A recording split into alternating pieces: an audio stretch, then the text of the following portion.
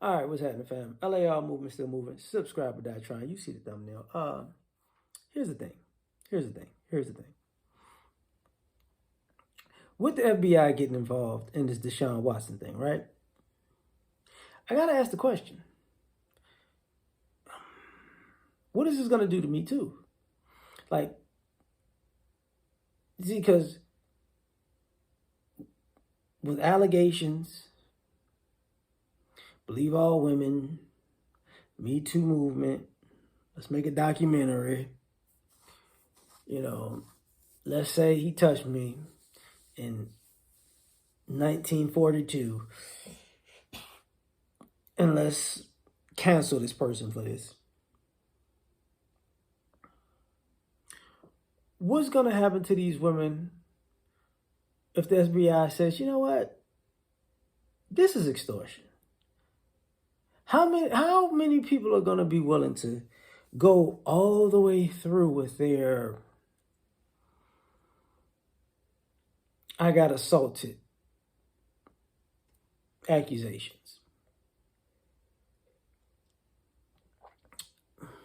Because now, what happens when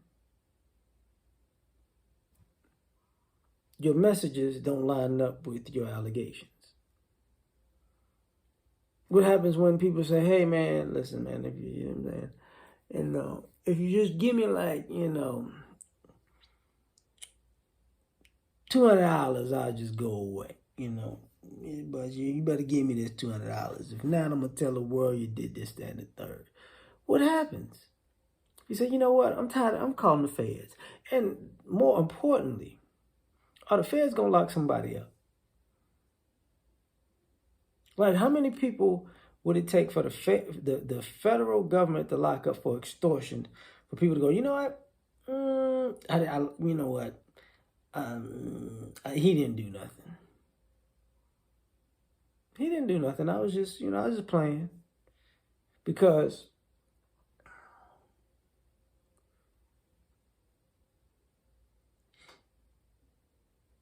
it's going to change this whole dynamic.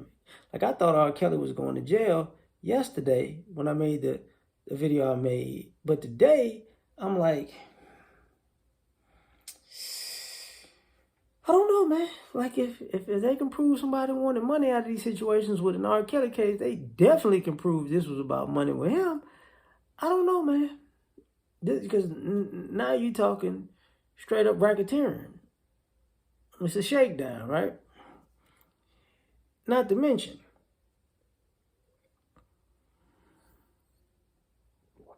what does this do for the careers of people like Gloria Allred?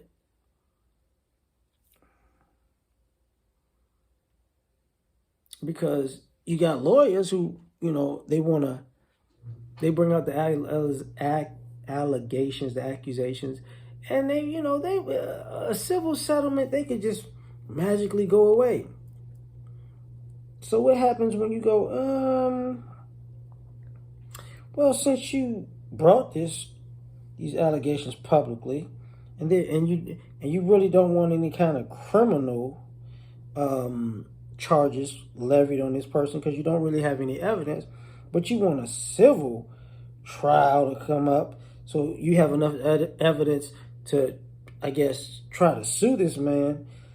This kind of sounds like extortion and racketeering, and you shaking down a person who met a person whenever and had an alleged relationship with a person whenever, but and then you have alleged abuse and assault that happened whenever, but nothing, but the only thing we can prove is this person and this person knew each other. But for a small fee of, I don't know, 6-7 figures, we can all make this go away and say it's not that big of a deal. What does this do to the credibility? Because, and the other question on top of that is, I'm sorry, I'm trying to fix something at the same time.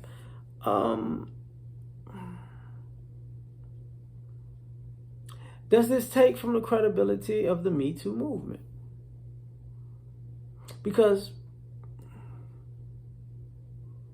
like a person like Johnny Depp, right? Can he get his ex-wife arrested for extortion? Because, I mean, she ruined his career. She cost him a bunch of money. You know, could people say, you know, extortion or racketeering? Could people be held liable for, say the situation with Deshaun Watson, if he got cut or didn't get paid or had fines levied, could it be that, you know, hey man, you get to sue your accusers for all of your money that you would have lost, even the endorsement money if endorsements stopped? Because if the FBI gets involved, and you got to ask, is the FBI willing to lock up a woman for extortion? What does that change the whole dynamic of sexual crimes? You got to ask that, because if it does, you might wind up seeing a string of women who get locked up.